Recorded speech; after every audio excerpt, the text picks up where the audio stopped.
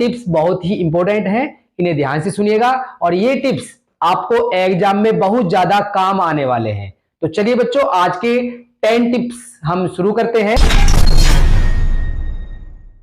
तो देखिए, कुछ बच्चे आंसर इस टाइप से लिखते हैं। ये आपके एग्जाम शीट में लाइंस होती है, तो इसमें यहां पे लिखेंगे आंसर नंबर 1 का के और यहां पर वो आंसर लिख देते हैं। तो ये बहुत ही नॉर्मल तरीका है। तो अब लेटेस्ट तरीका क्या है और टॉपर एग्जाम में किस तरह से लिखते हैं, तो आपको ये तरीका यूज नहीं करना है। आपको तरीका यूज करना है कि जो आपकी एग्जाम कॉपी का पेज है, आप उस पर लिखिए प्रश्नोत्तर संख्या 1, जो भी आपके प्रश्न की संख्या हो। उसके बाद के, खे, गे, जो भी नंबर हो वो आपको यहां पर लिखने हैं बच्चों। तो ये सबसे यूनिक तरीका है और टॉपर इसी तरीके को अपनी कॉपी में यूज करते हैं। तो उम्मीद करता हूं टिप्स 1 आपको अच्छा लगा होगा। आप हिंदी का एग्जाम दे रहे हैं और हिंदी के एग्जाम में राइटिंग करते समय जब कोई वाक्य पूरा खत्म हो जाता है तो हमें वाक्य के पीछे पूर्ण विराम जरूर लगाना चाहिए। इससे वाक्य कंप्लीट माना जाता है और एग्जामिनर पर आपके वाक्यों का अच्छा प्रभाव पड़ता है, जिससे वो खुश होकर आपको अच्छे नंबर दे सकता है। और यदि बच्चों आप इंग्लिश का एग्जाम दे रहे हैं तो आपको ध्यान रखना है कि सेंटेंस का पहला अक्षर आप कैपिटल से शुरू करें और सेंटेंस के अंत में आपको फुल स्टॉप भी अवश्य लगाना है और नए सेंटेंस जब शुरू हो तो उसका भी पहला अक्षर आपको कैपिटल ही अवश्य रखना है। तो ये 2 राइटिंग के टिप्स आप एग्जाम में अवश्य यूज करें। इसमें बच्चों आपको ध्यान रखना है कि जब भी आप हिंदी के पेपर में कोई हेडिंग डालते हैं या इंग्लिश के पेपर में कोई हेडिंग डालते हैं तो हेडिंग को हमेशा ब्लैक पेन से ही आपको लिखना है और ब्लैक पेन से हेडिंग लिखने के बाद आपको स्केल का प्रयोग करके इसके नीचे डबल अंडरलाइन अवश्य करनी है। इस तरह से बच्चों डबल अंडरलाइन अवश्य करेंगे। इससे एग्जामिनर पर आपके हेडिंग्स का अच्छा प्रभाव पड़ता है और आपको अच्छे नंबर मिलने के चांसेस बढ़ जाते हैं। टिप्स में आपको ध्यान रखना है कि आपको एग्जाम की कॉपी के किसी भी हिस्से में कटिंग बिल्कुल भी नहीं करनी है। तो कटिंग करने से आपको वहां पर बचना है, क्योंकि कटिंग करने से आपके पूरे एग्जाम का इंप्रेशन डाउन हो जाता है। नंबर 2, आपको वहां पर व्हाइटनर या फ्लूइड का प्रयोग भूल कर भी नहीं करना है, क्योंकि जहां पर भी आप व्हाइटनर का प्रयोग करते हैं वह चीजें हाईलाइट हो जाती हैं और एग्जामिनर उस जगह पर अधिक ध्यान देता है, जिससे आपकी गलतियां जल्दी से पकड़ी जाती हैं। तो आपको ध्यान रखना है कि व्हाइटनर का भी प्रयोग आपको नहीं करना है। नंबर 3, आप कुछ बच्चे व्हाइटनर वगैरह लगा के उस पर फिर ब्लेड का इस्तेमाल करते हैं, जिससे काफी फटने का भी चांस रहता है और कॉपी की सुंदरता भी बिगड़ जाती है, जिसकी वजह से आपकी कॉपी काफी डल लगती है और एग्जामिनर इस गलती के आपके कई सारे नंबर काट सकता है। तो आपको ध्यान रखना है कि ब्लेड इत्यादि का भी प्रयोग बिल्कुल ना करें। नंबर नेक्स्ट, कुछ बच्चे ओवर राइटिंग लिखते हैं, तो एग्जाम के अंदर हमें कभी भी ओवर राइटिंग नहीं करनी चाहिए। ओवर राइटिंग करने से हमें बचना चाहिए। जितने शब्द आपको क्वेश्चन में बताए गए हैं उससे आप 2-4 लाइन या 10-20 शब्द ही आगे लिखें तो अच्छा रहेगा, किंतु ऐसा ना हो कि 60 शब्द में आंसर मांगा जा रहा है और आप उसको 150 वर्ड में या 200 वर्ड में लिखने की कोशिश कर रहे हैं। तो ओवर राइटिंग के हमें एक्स्ट्रा नंबर नहीं दिए जाते, बल्कि इससे आपकी परीक्षा का इंप्रेशन ही डाउन पड़ जाता है। इस टिप्स में बच्चों आपको ध्यान रखना है कि कुछ बच्चे जो एग्जाम कॉपी होती है उसमें इस तरह के डिजाइन बना देते हैं। इधर डबल लाइन खींचेंगे वो बुड़बक इधर डबल लाइन खींचेंगे और इसके बीच में एक साड़ी का डिजाइन इत्यादि बना देते हैं, जो कि एग्जामिनर को बहुत ही गलत लगता है और इससे आपकी कॉपी पर गलत इंप्रेशन पड़ता है। तो राइट तरीका क्या है कि आपको नोटबुक में केवल एक ही लाइन खींचनी है राइट साइड, बाकी लेफ्ट में आपको कोई भी लाइन नहीं खींचनी है। और राइटिंग में आप हम कौन सी मिस्टेक करते हैं ये भी इसी टिप्स में समझे बच्चों। तो जो आपकी इंग्लिश की राइटिंग होती है, कुछ बच्चे इंग्लिश की राइटिंग इस तरह से लिखते हैं कि वो ऊपर की ओर से लिखना शुरू कर देते हैं, जो कि बिल्कुल रॉन्ग तरीका है। आपको ध्यान रखना है कि इंग्लिश के पेपर में इंग्लिश की राइटिंग नीचे की लाइन से लिखी जाती है। जैसे राम गोज टू स्कूल, इसमें सारे लेटर्स नीचे की ओर ही बनाए गए हैं। तो ये आपका बिल्कुल राइट तरीका है। हिंदी की राइटिंग में मिस्टेक क्या करते हैं कि कुछ बच्चे इस तरह से लिखते हैं, हिंदी की राइटिंग को लाइन के नीचे लिखते हैं। जिस तरह से लिखा है मैंने, राम स्कूल को जाता है, और इसके ऊपर वो लाइंस खींचते हैं, जो लिखते समय तो कुछ अच्छी लगती है, किंतु जब लिखा हुआ हम बाद में देखते हैं तो वह हमें भी बुरा लगता है और एग्जामिनर को उससे भी अधिक बुरा लगता है। तो इस प्रकार की राइटिंग की मिस्टेक्स ना करें। तो याद रखें कि हिंदी की राइटिंग को हमेशा ऊपर की लाइन से ही लिखा जाता है। तो एग्जाम में ये राइट तरीका है हिंदी की राइटिंग को लिखने का। उम्मीद करता हूं ये टिप्स आपको बहुत पसंद आया होगा। तो हम छोटे छोटे से पॉइंटों पर ध्यान देंगे। जैसे आपको कभी भी एग्जाम के फर्स्ट पेज पर बिल्कुल भी कटिंग नहीं करनी है, क्योंकि कहते हैं first impression is the last impression. यदि फर्स्ट पेज पर कटिंग हो गई तो गारंटेड आपका पूरा एग्जाम बेकार रहने वाला है।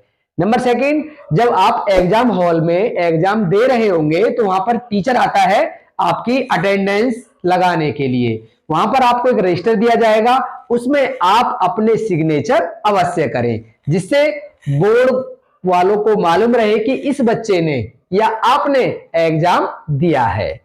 नंबर नेक्स्ट पे ध्यान रखेंगे कि जो क्वेश्चनों का क्रम है, इस पॉइंट को ध्यान से सुनना बच्चों, कि कुछ बच्चे सोचते हैं कि जो क्वेश्चन मुझे पहले आते हैं पहले मैं वो क्वेश्चन करूं।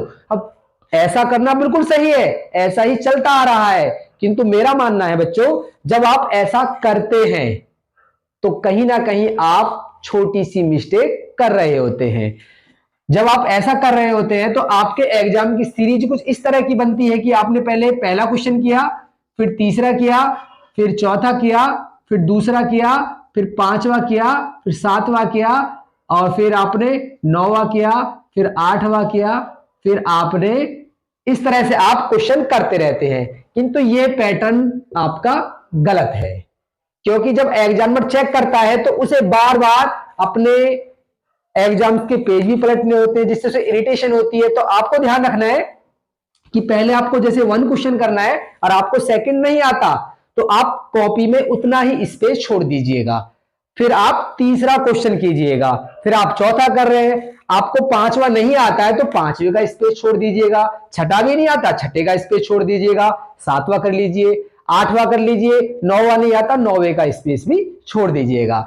जब आपके सारे क्वेश्चंस होने वाले कंप्लीट हो जाएं और जो आपके थिंक टाइप क्वेश्चन है जिनके स्पेस आपने छोड़े हैं, आप उसी नंबर पे जाइए और उसके आंसर को आप उसी के नंबर पर लिख दें। ऐसा करने से आपकी कॉपी बिल्कुल सीरियल से बन जाएगी और जब एग्जामिनर उसको चेक करेगा तो उसे चेक करने में भी आसानी रहेगी और वो प्रसन्न होकर आपको ज्यादा नंबर अवश्य देगा। ज्यादा नहीं तो बच्चों जितने नंबर का क्वेश्चन है उतने नंबर तो आपको जरूर मिलने वाले हैं। तो इस टिप्स का बिल्कुल स्पेशल ध्यान रखें। नेक्स्ट बच्चों, इसी में आप समझे कि कुछ बच्चे एग्जाम कॉपी में एक्स्ट्रा दिमाग लगाते हैं। वो एक्स्ट्रा दिमाग बिल्कुल भी नहीं लगाना है। जैसे कुछ बच्चों को क्वेश्चन का आंसर नहीं आता तो वो गाना लिखने बैठ जाते हैं, जो कि बिल्कुल गलत तरीका है। कुछ बच्चे गालियां लिख देते हैं, ये भी बिल्कुल गलत तरीका है। कुछ बच्चे कुछ स्टोरी बनाकर कुछ भी लिखते रहते हैं, ये भी गलत तरीका है। तो ऐसी छोटी छोटी बदतमीजी बिल्कुल भी कॉपी के साथ ना करें, क्योंकि एग्जामिनर सब कुछ पढ़ता है और ऐसी गलतियों की सजा वो आपको फेल करके अवश्य देने वाला है। और कुछ ट्रेंड में बच्चों ये चल रहा है कि कुछ बच्चे एग्जाम कॉपी में 100 का, 200 का, 500 का नोट भी एग्जाम कॉपी में रख देते हैं, जो कि बिल्कुल गलत है। आप ये सोचिए कि आप 100, 200 या 500 रुपए का लालच देकर क्या एक अच्छे ईमानदार टीचर को खरीद सकते हैं? क्या उसकी 100, 200, 500 की वैल्यू है आपकी नजर में? तो बच्चों ऐसा ना करें। ऐसा करने से टीचर अपमानित महसूस करता है और यदि वह इरिटेट हुआ इस चीज से तो वह आपके मार्क्स काट भी सकता है और आपको फेल भी कर सकता है। तो ये छोटी छोटी मिस्टेक आप बिल्कुल ना करें। तो उम्मीद करता हूं ये टिप्स आपको समझ में आया होगा। एग्जाम में ये मायने नहीं रखता कि आपने कितना बढ़िया लिखा है, एग्जाम में मायने रखता है कि आपने कितना बड़ा आंसर लिखा है। तो समझ रहे हैं बच्चों? तो आप ध्यान दें कि हमें क्वेश्चन का आंसर बड़ा लिखना है, पर वो बड़ा लिखना नहीं है, क्वेश्चन का आंसर हमें बड़ा दिखाना है। अब बड़ा कैसे दिखाएंगे बच्चों? इस तरीके से आपको देखना है, ये सेंटेंस लिखा हुआ है राम बाजार को जाता है, तो इसकी लेंथ छोटी है। ये भी ये लिखा हुआ है राम बाजार को जाता है, किंतु इसकी लेंथ बड़ी है। यदि एक सेंटेंस में इतना फर्क पड़ेगा तो सोचो आप जब पूरा आंसर लिखेंगे तो आपकी कम से कम एक क्वेश्चन में 3 लाइन, लॉन्ग क्वेश्चन में 3 लाइन आपकी एक्स्ट्रा दिखने वाली है। तो इससे क्या है कि आपने शब्द भी कम लिखे और टीचर्स को लगा कि आपने बहुत ज्यादा लिखा है। तो बस आपको क्वेश्चन के आंसर को स्ट्रेच करना है, मतलब जो भी शब्द है उनके बीच में स्पेस रखना है। स्पेस रखने से राइटिंग भी सुंदर दिखती है और क्वेश्चन की लेंथ भी बड़ी मालूम होती है। तो ये तरीका आपको नहीं लगाना है, इस तरीके से आपको एग्जाम में करना है। बच्चों आप देखेंगे इस टिप्स में कि एग्जाम में आपने क्या लिखा है, इससे ज्यादा फर्क पड़ता है कि आपने एग्जाम में कैसा लिखा है। मेरा मतलब है हेड राइटिंग से। यदि आपकी हेड राइटिंग सुंदर है तो बच्चों आपके नंबर जरूर ज्यादा आने वाले हैं, चाहे आपने कितनी अच्छी तैयारी की हो। यदि आपकी राइटिंग बेकार है तो आपको अच्छे नंबर मिलने वाले नहीं हैं। तो आपको ध्यान रखना है कि अपनी राइटिंग में सुधार अवश्य लाएं। तो राइटिंग सुधारने के लिए मैं आपको छोटा सा टिप्स देना चाहूंगा। जो भी आप राइटिंग लिखते हैं आपको देखना है कि इंग्लिश में या हिंदी में कौन से ऐसे लेटर हैं जिनकी शेप आप बिल्कुल गलत बनाते हैं। तो मुझे उम्मीद है कि सारे अक्षर तो आपको गलत आते नहीं होंगे लिखने, किंतु जो अक्षर आपको गलत लिखने आते हैं आप उन अक्षरों की एक लिस्ट बनाइए। जो मात्राएं आपको गलत लिखनी आती है उन मात्राओं की लिस्ट बनाइए और उनकी आप रोजाना लगभग 15 दिन तक प्रैक्टिस कीजिए। मुझे उम्मीद है आपकी हैंड राइटिंग अच्छी हो जाएगी। और हैंड राइटिंग पूरे एग्जाम की होती है।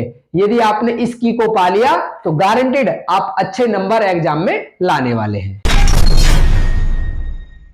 टिप्स में बच्चों आपको ध्यान रखना है, जब आपके क्वेश्चन का आंसर फिनिश हो जाए और आपको दूसरा आंसर शुरू करना हो तो दोनों आंसर्स के बीच में कम से कम आपको 3 लाइंस का स्पेस अवश्य रखना है।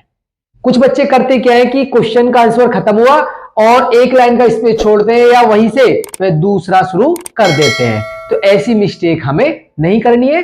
आंसर के बाद कम से कम 2 या 3 लाइन का स्पेस उसमें जरूर होना चाहिए। और दूसरा पॉइंट है बच्चों इस टिप्स में कि जब भी आपका आंसर खत्म हो जाए तो आंसर खत्म होने के बाद आपको स्केल की मदद से आंसर के नीचे, मतलब जब आपका आंसर खत्म हो जाए तो आंसर के नीचे और उसके बीचों बीच में आपको, मानो ये आपका पूरा क्वेश्चन है, तो आपको क्वेश्चन के अंत में आपको इस तरह से 2 लाइन अवश्य खींच देना, क्योंकि इससे टीचर को पता होता है कि यह क्वेश्चन बच्चे ने कंप्लीट लिख दिया है और यहां पर ये लाइनें क्लोज हो चुकी हैं। ऐसा करने के बाद ही आप अगला क्वेश्चन का आंसर लिखना शुरू करें बच्चों। तो उम्मीद करता हूं ये टिप्स भी आपको अच्छा लगा होगा। बहुत ही ध्यान से समझें बच्चों, जब आपका एग्जाम फिनिश हो जाए और आपके पास टाइम बचे तो बच्चों आपको अब अपनी नोटबुक को सजाना शुरू कर देना है। सजाने का मतलब उस पर कोई डिजाइन नहीं बनाना है। कैसे सजाना है मैं बताता हूं बच्चों। तो यदि आप इंग्लिश का एग्जाम कर रहे हैं तो आपको देखना है कि जो सेंटेंसेस आपने लिखे हैं, जो आंसर आपने लिखे हैं, उन आंसर में ऐसे कितने वर्ड हैं जो आपको डेफिनेटली मालूम है और बिल्कुल वो आपने करेक्ट ही लिखे हैं। तो उन वर्डों को आप हाईलाइट कर दीजिए। हाईलाइट करने के 2 तरीके होते हैं, या तो आप उस वर्ड के नीचे अंडरलाइन कर दीजिए। यदि आपके पास हाईलाइटर है तो आप उसमें हाइलाइटर भी फेर सकते हैं। जैसे इंग्लिश में देखिए, Lencho was a poor farmer, तो फार्मर ही था वो, कोई इंजीनियर नहीं था, तो आप इसको अंडरलाइन कर दीजिए या यहां पर आप हाइलाइटर फेर दीजिए। आगे देखेंगे, ही हैड 4 चिल्ड्रन, आपको श्योर है कि उसके 4 ही बच्चे थे, तो यहां पर आपने 4 को अंडरलाइन कर दिया। His crop destroyed due to heavy rain, तो हैवी रेन की वजह से उसकी फसल बर्बाद हो गई। तो देखो इसमें 3 वर्ड आपने हाईलाइट किए जो हमें बिल्कुल अलग दिखाई दे रहे हैं। तो इसका फायदा बच्चों ये होता है कि जब एग्जामिनर थोड़ा जल्दी में कॉपी को चेक कर रहे होते हैं तो उनका फोकस हाईलाइट वर्डों पे ही जाता है, और हाईलाइट वर्डों से उन्हें यह आइडिया हो जाता है कि बच्चे ने पूरा आंसर राइट ही लिखा होगा। तो बच्चों इस तरह से आपको कॉपी को जरूर सजाना है। अब चलते हैं हिंदी की राइटिंग की तरफ। जैसे जयशंकर प्रसाद के पिताजी का नाम देवी प्रसाद था, तो इस वाक्य में इंफॉर्मेशन क्या हुई? देवी प्रसाद, जो आपने बिल्कुल करेक्ट लिखी है। कामायनी उनकी प्रसिद्ध रचना थी, इसमें हाईलाइट वर्ड क्या है आपका? कामायनी। उसके बाद उनकी मृत्यु क्षय रोग के कारण हुई, तो इसमें क्षय रोग। तो इस तरह से जो भी हाईलाइट वर्ड हो उनको हाईलाइट अवश्य करें, या फिर हाईलाइटर वहां पे फेरें या फिर आप अंडरलाइन करें। ऐसा करने से आपके एग्जामिनर पर बहुत अच्छा इंप्रेशन पड़ेगा और आपको अच्छे नंबर देने के लिए वह मजबूर हो जाएगा। आपको हमारे द्वारा बताए हुए सारे टिप्स बहुत ही अच्छे लगे होंगे, और बच्चों आपको पूरे वीडियो को बिना स्किप करे देखना है और सारे टिप्सों पर अमल भी करना है, और इन टिप्सों का एग्जाम में जरूर प्रयोग करना है। और आपके साथ जो बच्चे और भी जुड़े हुए हो, आपके फ्रेंड सर्कल में हो या आपकी रिश्तेदारी इत्यादि में हो, तो आप इस वीडियो को उन्हें अवश्य शेयर करें, जिससे परीक्षा के प्रति उनका डर निकल जाए और किसी भी प्रकार की गलती वो एग्जाम में ना करें। तो अपने टीचर खुद बनिए।